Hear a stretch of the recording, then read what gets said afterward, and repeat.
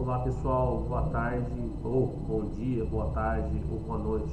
Meu nome é Eduardo, faço parte da Alfa Cursos Náuticos. Primeiramente, eu já peço desculpa em relação ao barulho externo. A gente trabalha aqui no centro da cidade e eu não tenho ainda um estúdio, né? Um dia eu vou conseguir, relaxa, para estar gravando essas videoaulas, né? Então a gente pede desculpa aí o barulho externo. Vamos direto aí ao vídeo. Até uma coisa que foi me lembrada aqui. Se vocês puderem se inscrever no canal, curtir, compartilhar, essas coisas que todo mundo já fala, já se pede aí para vocês aí para divulgar nosso canal, tá bom? Vamos falar agora sobre sobrevivência e segurança no meio marinho.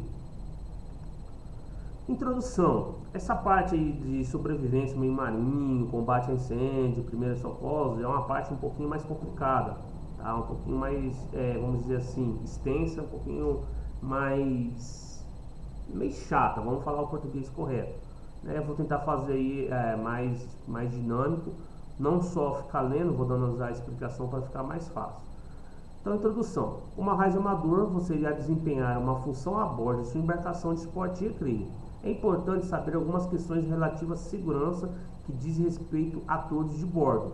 As normas de segurança devem ser seguidas à risca para prevenir acidentes e situações de emergência, como incêndio, abarroamento ou colisão, e principalmente naufrágio. O conhecimento das técnicas de sobrevivência e o treinamento adequado podem salvar a sua vida, não somente a sua vida, mas a vida de todos que estão a bordo.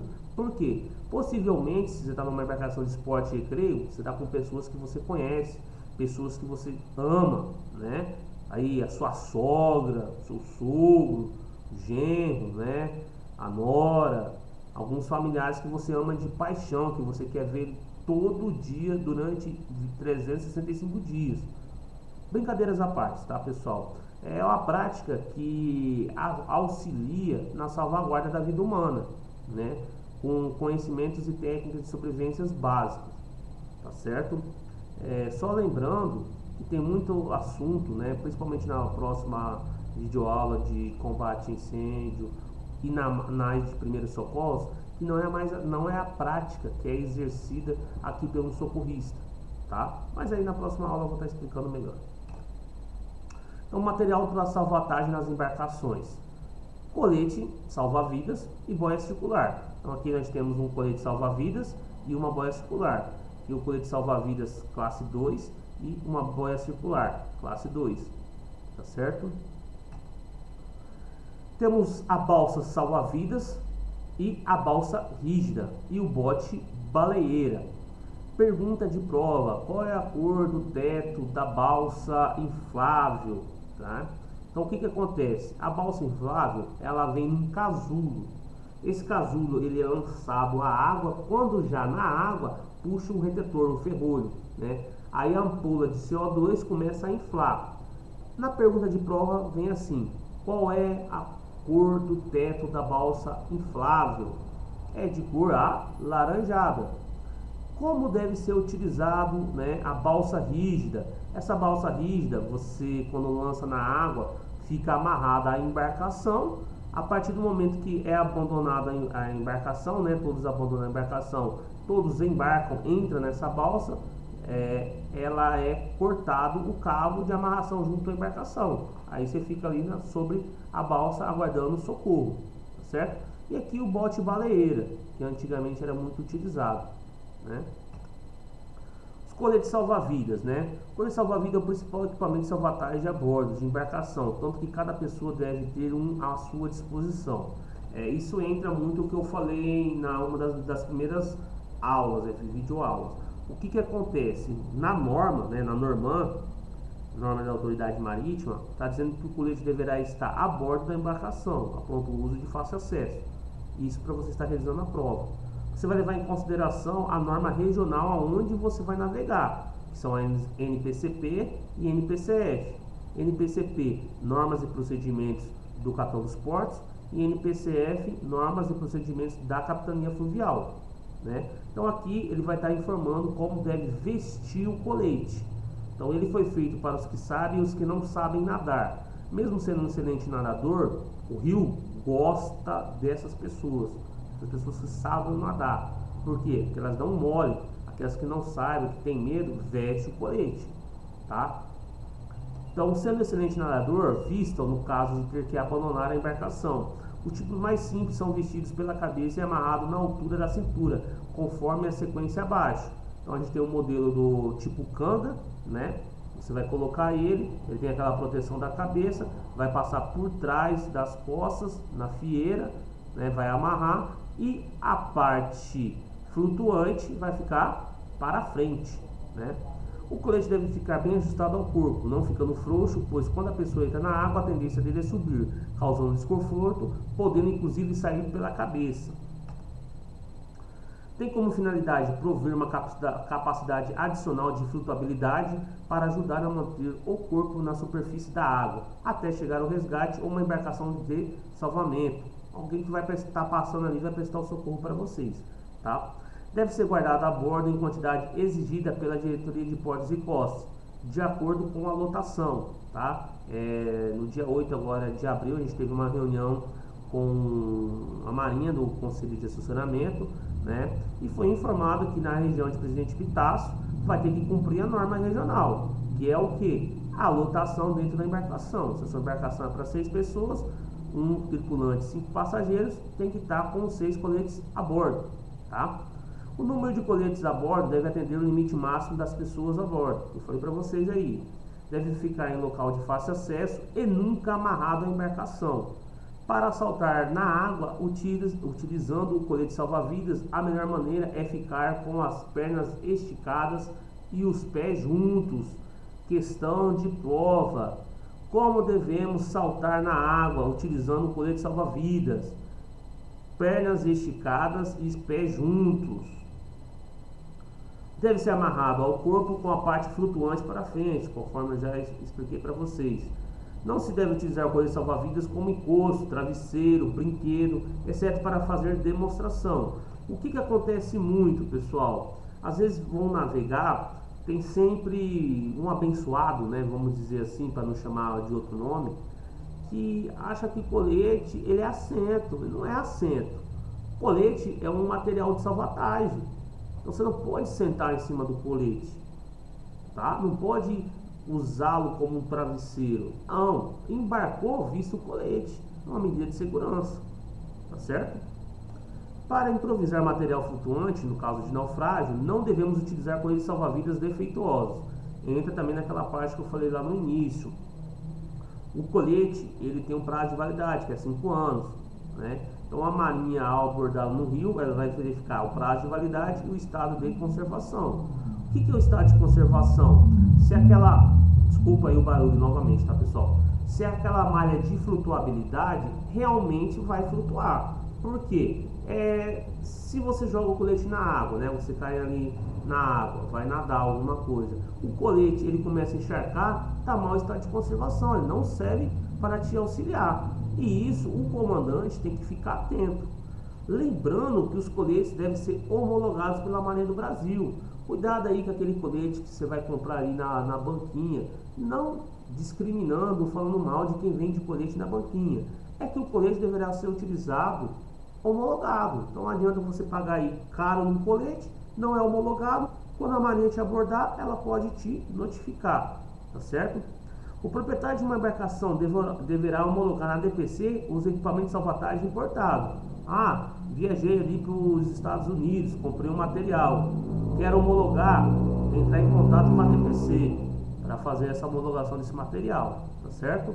Ah, Eduardo, eu quero comprar um material de salvatagem, um colete, mas eu não sei se aquela empresa pode fazer ou é homologada. Entra no site da DPC, www.dpc.com.br, ou joga lá no Google. Se eu não me engano, a Marinha teve uma alteração lá no site, então joga lá no Google DPC, que é Diretoria de Portos e Costas, vai lá e clica lá no primeiro link, que é o site da Diretoria de Portos e Costas, vai na parte de homologação de material. Então ali tem todas as empresas que podem fazer homologação e quais são os materiais que eles podem homologar e desde quando eles têm autorização da Marinha, certo?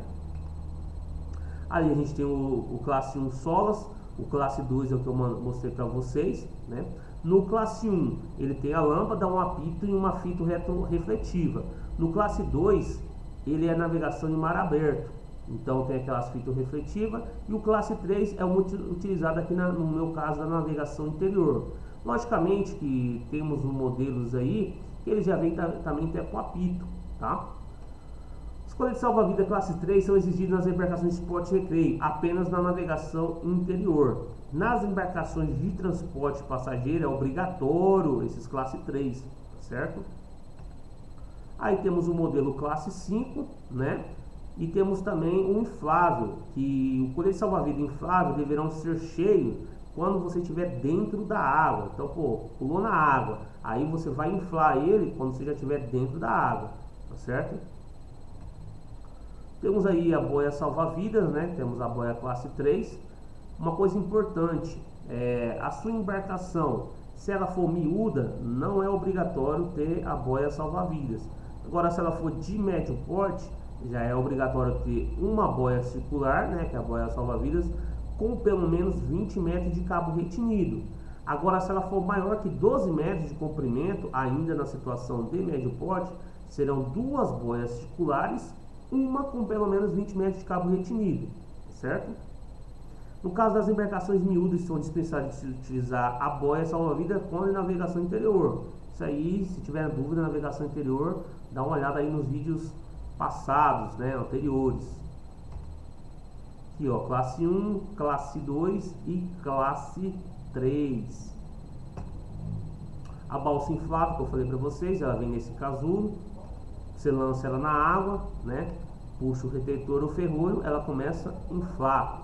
Qual é a cor do teto da balsa inflável? Alaranjado. Cuidado que é questão de prova, hein, pessoal? Não vai perder essa questão aí, hein? É 0,25 pontos aí. Tem que acertar 5, falta só 19. 5 é a média, tá? São 40 questões, tem que acertar 50%. Então, se acertou essa, falta só 19. A balsa inflável deve-se evitar fazer peso de um lado só para que ela não vire. Então, ao embarcar, um de cada vez, um de cada lado.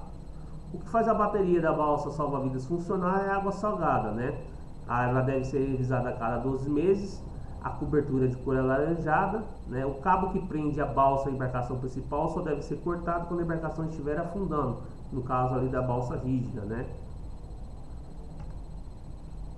Eu falei aqui para vocês, o bote, né, a bote baleeira, no caso aí ele é exigido somente para embarcação de uso comercial. Os rádios, balizas, indicadores de posição de emergência, né? Embora não esteja diretamente relacionado com a navegação praticada a bordo das balsas salva-vidas, é oportuno mencionar que cada embarcação deverá estar equipada com EPIRB, né? Aí tem Emergency Position Indicator, Radio, Vehicle. Tá aí, pessoal. Eu não sou fluente em inglês, tá? Que é uma unidade que transmite automaticamente o sinal nas frequências de emergência. Quando acionado, o sinal do EPIRB 40 MHz é captado primeiro por satélite GOES e em seguida pelos satélites da rede COPASAT, que localizam a posição de origem do sinal de socorro e transmite informação para a estação terrestre, tá? Aqui, desculpa que estava no modelo antigo, na Norman 200, Norman 3, agora é a Norman 211, tá bom? Em relação ao abandono de embarcação, a pessoa deve procurar abandonar a embarcação com roupas adequadas e material de salvatagem. No caso de abandono de embarcação por causa de incidente incontrolável, devemos saltar quando houver óleo na superfície da água contra a correnteza. Então, questãozinha de prova. Quando, né, ou no caso de abandono de embarcação com óleo na superfície da água, como devemos saltar? Contra a correnteza. Após saltar, devemos também nadar contra a correnteza e, se for o caso, por debaixo da água, até afastarmos o risco do óleo existente na superfície. Caso não haja vazamento de óleo e risco de incêndio nas proximidades da embarcação, devemos nos afastar dela nadando a favor da correnteza. Abandono de embarcação. Ao pularmos na água em uma faina de abandono, né, devemos fazê-lo por barlavento, lembrando que barlavento é a entrada do vento na embarcação. O abandono por barlavento se justifica por ser onde as manchas de óleos terão menor extensão, e o abatimento por efeito do vento tornará mais rápido o afastamento da embarcação. Então aqui, ó, estou com a embarcação. Barlavento, o vento está empurrando a embarcação. Vou soltar a barlavento, porque o vento, a corrente vai estar empurrando a embarcação. Entenderam?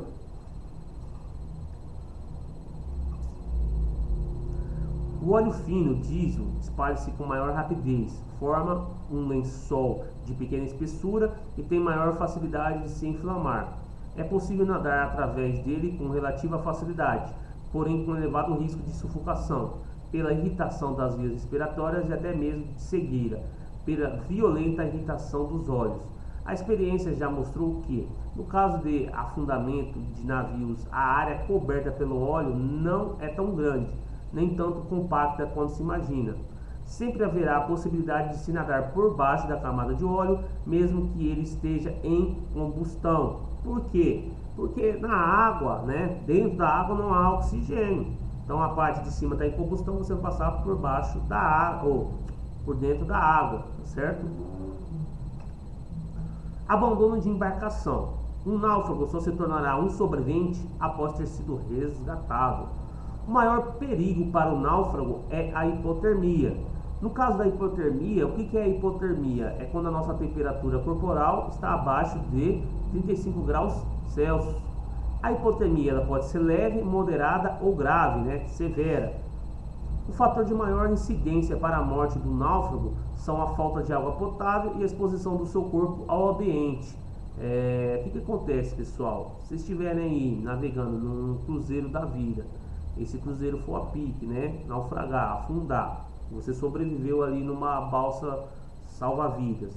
Primeira coisa que vocês têm que correr atrás é a água. Ah, Eduardo, mas eu estou lá no meio do mar, o que eu vou fazer para ter água? Sinal da cruz, pedir, implorar para Deus misericórdia que chova. Senão você vai virar mais uma estatística, tá? Porque não adianta você querer comer peixe se o seu organismo não vai ter água para fazer a digestão, tá certo? Então a água é vida. Tendo água para beber, uma pessoa pode sobreviver vários dias no mar, mesmo sem comida. Teoricamente, o tempo de sobrevida de um náufrago que não disponha de água será de aproximadamente 5 dias. Ou seja, aí no prazo inicial aí de 5 dias, se você não conseguir água, você já começa a entrar na parte de estatística, né? A marinha, a quantidade de água que deve ser consumida pelo náufrago, né, que é estipulado pela marinha, é de 300 ml por dia por pessoa, né? Quando fala homem é pessoa, tá? Ou 2 latas de 350. Em relação às rações, né? As rações modernas são em sua maioria em forma de carboidratos. Ainda sobre abandono de embarcação. Em um naufrágio, a fadiga, o esgotamento resultante de grandes privações muitas vezes conduz a distúrbios mentais, que podem tomar forma de extenso nervosismo, atividade excessiva e violenta, ou de estafa. O melhor meio de evitá-los é manter-se ocupado com as tarefas da balsa. Então a pessoa começa a surtar, essa é a realidade, tá? É necessário economizar energia, não fazer esforço e não falar desnecessariamente. É conveniente, porém, movimentar-se com regularidade a fim de manter a circulação sanguínea, dependendo aí da sua situação, né? A não ser que esteja avistado ponto de terra ou que haja absoluta certeza de sua proximidade e da possibilidade de alcançá-la, não se deve ser feita qualquer tentativa de navegação com as embarcações de salvamento. Todos os planos de busca têm como referência a posição informada ou estimada do local do acidente. Sinais de socorro, isso aqui é importante, tá, pessoal? Fumígeno flutuante laranja é um dispositivo utilizado pelo náufrago para chamar a atenção durante o dia. Aqui, ó, sinal de fumígeno. Faixa manual, luz vermelha, né? Seria aí luz encarnada. Luz estroboscópica, dispositivo utilizado pelo náufrago para chamar a atenção à noite. Foguete manual, estrela vermelha com paraquedas, é utilizado para fazer um sinal de socorro visível a grande distância. Sinal de perigo diurno ou noturno é o dispositivo que, por um lado, emite luz vermelha e, pelo outro, fumaça laranja. Indica a posição exata do navio de dia ou de noite. Na minha prova caiu esse aqui, ó, faixa manual luz vermelha estroboscópica, perdão, tinha falado errado. Homem ao mar, isso aqui também é importante. Primeira providência ao cair uma pessoa na água é dar o alarde, né, o alarme, gritando homem ao mar por boreste ou bombordo, e jogar uma boia salva-vidas ou um colete para servir de referência. Então, nas embarcações aí de grande porte, né, posso até falar nas de médio porte, possuem mastro, né, então alguém avistou uma pessoa caindo, então homem ao mar, por exemplo, pela bochecha de bombordo, será lançada uma boia circular ou um colete salva-vidas para demarcar o local da queda. E nessa embarcação que possui mastro, né, a de médio e grande porte, será içado a bandeira Oscar.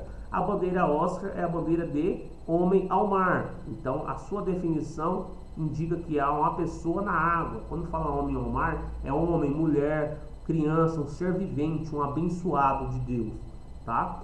A bandeira Oscar, ela é de cor encarnada e amarela, tá certo? Butacal é a manobra em círculo mais usada para o recolhimento do náufrago. Nessa manobra, a embarcação navega em rumo inverso ao que se é realizado, tá? Então, aí no caso aqui, você está navegando, caiu uma pessoa, ela faz a manobra inversa do que ela estava seguindo a sua singradura, tá? Se você estiver numa lancha e cair na água, seu procedimento seria manter... Vamos voltar aqui. Foi muito rápido. Se você estiver numa lancha e cair na água, seu procedimento seria manter vestidas suas roupas, inclusive sapatos leves, removendo todo e qualquer objeto pesado dos bolsos de sua roupa. Em caso de extrema necessidade, se alguém tiver de pular na água para auxiliar no resgate da vítima, deverá obrigatoriamente estar de colete salva-vidas e amarrado ao barco por um cabo. Quando fala a gente barco, bote, lancha, tá? O que acontece nesse caso aqui? Geralmente a gente tem uns heróis aí. Ah, vamos salvar, porque tem que salvar de qualquer jeito, senão a pessoa vai morrer. Primeiramente, você tem que estar em segurança para tentar salvar uma outra pessoa. Então, se você não tiver isso em mente, não será apenas uma vítima, serão duas vítimas que vai ter que ser auxiliadas, entendeu? Em um veleiro, a menor inversão do rumo é guinar para barlavento, executando um círculo, o que fará com que o barco, né, ou a embarcação, fique a barlavento da pessoa, no caso, para resgatar, tá bom? A noção de comunicação, isso aqui. Para embarcação miúda não é obrigatório nem recomendado um rádio VHF, né? No caso das embarcações de médio porte, é recomendado um rádio VHF homologado pela Anatel. Já nas embarcações de grande porte é obrigatório aí o rádio VHF. Esse rádio ele vai ter que estar no canal 16, que é o canal de socorro, né? Canal de busca, canal SAR. E se vocês precisarem, né, entrar em contato com a Marinha através do canal 16, vão utilizar a palavra Mayday, Mayday. Então assim, está navegando, sua embarcação chama Vitória, entrar em contato com a Marinha, Mayday, Mayday, embarcação Vitória, solicito apoio. Do outro lado, né, do rádio, tem que ter um militar ali da Marinha para poder te auxiliar. Questão de prova, qual é o canal do rádio VHF para busca e salvamento? Canal 16, tá, pessoal? Observações finais. A convenção que obriga todos os navios a terem todos os livros de navegação a bordo chama-se SOLAS. A bandeira utilizada em operações de mergulho é a alfa e uma bandeira com faixas verticais branca e azul, sendo que a parte azul é farpada. Alijamento é o lançamento no mar de objetos, materiais ou gêneros de uma embarcação para aliviá-la. Quando uma embarcação classificada como mar aberto estiver navegando em águas interiores, a dotação mínima quanto à salvatagem e equipagem da navegação é da classificação da embarcação. Então, o que acontece? Isso aqui é até importante porque a Marinha ela postergou essa situação, né? Como assim, Eduardo, ela postergou? Porque o que estava acontecendo? Uma embarcação antigamente de mar aberto, quando ela vinha navegar aqui dentro da área de navegação interior, era cobrado o quê? A material de salvatagem referente à área de navegação. Agora a Marinha vai cobrar de acordo com a classificação da embarcação e a habilitação também. Então, por exemplo, navegação interior eu sei que tem que ser o quê? Arraiz amador. Se você chegou até aqui e não lembra disso, tem uma má notícia para você. Você corre o risco de não ser aprovado, tá? Vamos pensar bem. Voltando lá. Então, no caso de uma embarcação de mar aberto, no mínimo a sua habilitação ela tem que ser o quê? Mestre amador, correto? Mestre amador, eu posso navegar até 20 milhas náuticas da costa, adentro da navegação mar aberto costeira, navegação de cabotagem, que pode ser realizada entre pontos ou portos do território nacional, correto? Só que a Marinha postergou, então vocês devem ficar atentos, principalmente aí quem fizer a prova de arraiz, sendo aprovado quem fazer a prova de mestre, tá? Sempre ficar atento aí no site da Marinha, na DPC, para verificar se já houve atualização nesse sentido, tá bom? Ainda em observações finais, o que eu havia falado sobre a bandeira alfa, né? Então, a bandeira alfa, ela é branca e azul farpada, né? Bandeira de operação de mergulho, né? Mergulhadores na água. E temos a bandeira de mergulhador profissional, ela é encarnada com uma faixa transversal branca. Na minha prova de instrução, né, de instrutor, caiu da seguinte forma: qual bandeira poderá ser içada juntamente com a bandeira alfa? A bandeira alfa, operação de mergulho, mergulhadores na água. Qual bandeira poderá ser içada juntamente com a bandeira alfa? A bandeira de mergulhador profissional, que ela é encarnada com uma faixa transversal branca, tá bom? É vedado empregar embarcações de salvamento e salvatagem no transporte de passageiro ou carga. A supervisão das atividades de busca e salvamento na área marítima sob a responsabilidade do Brasil cabe ao Salvamar Brasil. Outra questãozinha que cai aqui nas provas, né? As cobras podem ser identificadas como venenosas ou não, através de suas pupilas e seu rabo. E a maior cobra que existe é a sucuri, a qual passa a maior parte da sua vida na água.